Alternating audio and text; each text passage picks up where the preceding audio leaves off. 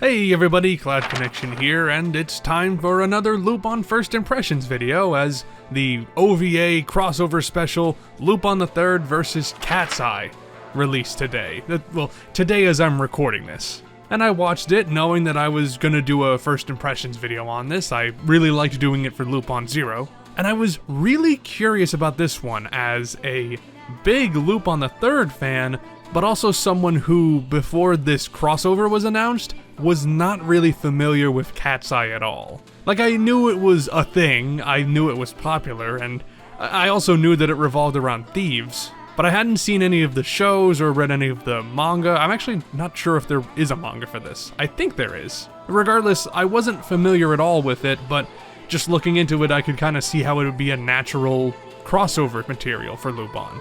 You know, like how Detective Conan is a natural fit for a crossover because the protagonists of the Detective Conan series work well with and against Lupin, and that's the same vibes you've got here. The characters from the two series coming together, butting heads, and eventually working together. Now, if you haven't seen this yet and you want to, and you want some spoiler-free thoughts, I really enjoyed this crossover, more than I was expecting to, honestly. I think for the most part it has some good animation. I think both of the series are used really well, and I think it's just a fun adventure. Maybe not anything groundbreaking or revolutionary, but if you're familiar with Lupin and/or Cat's Eye and you like those series, I think you'll find something to enjoy here.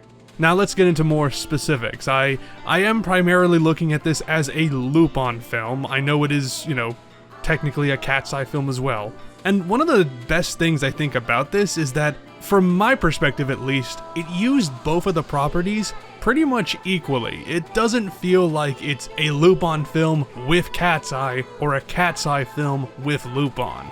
Like, that's one of the problems I have with the first Lupin Conan crossover, because that is very clearly a Detective Conan film that Lupin and the gang just happened to show up in. This one feels like they're on much more equal ground, and I really like that. I think it makes the crossover more organic, like these are two characters, or sets of characters rather, inhabiting the same world, and now they just so happen to meet. Not that one show's going, oh, here are the characters from Cat's Eye, or Lupin the Third, or you don't get any of that. It's a really good mix. And the other good thing about that is you don't need to be familiar with either series, really, to understand the story.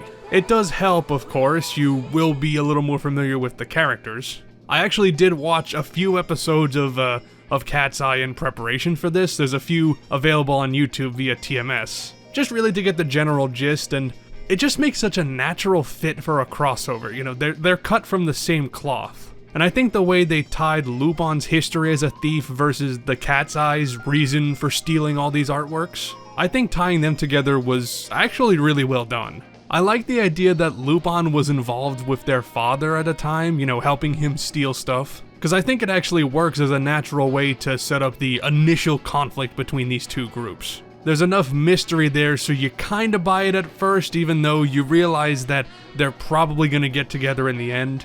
I mean, the villain of this story is, from my perspective, a little bit too telegraphed. I think it's easy to figure out, who's really running the show. But I think you can understand why the cats fall for his manipulation at first. It makes sense. Really though, I think what makes this stand out is that it's just a pretty fun adventure.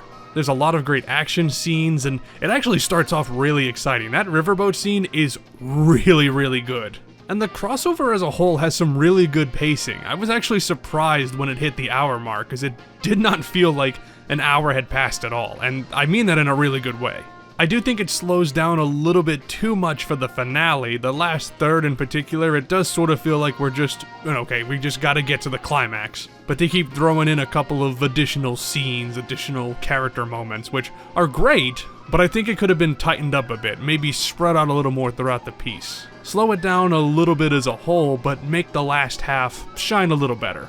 There's nothing in here that you haven't already seen, really, as a Lupin fan, and I doubt that it would be super revolutionary for Cat's Eye's fans. Again, that's me speaking out of my ass. I don't know anything about the franchise. I don't know if this would be considered a good Cat's Eye story, but from my point of view as a Lupin fan, this did the job really well. I mean, it made me want to check out more Cat's Eye, so, I think that's a win.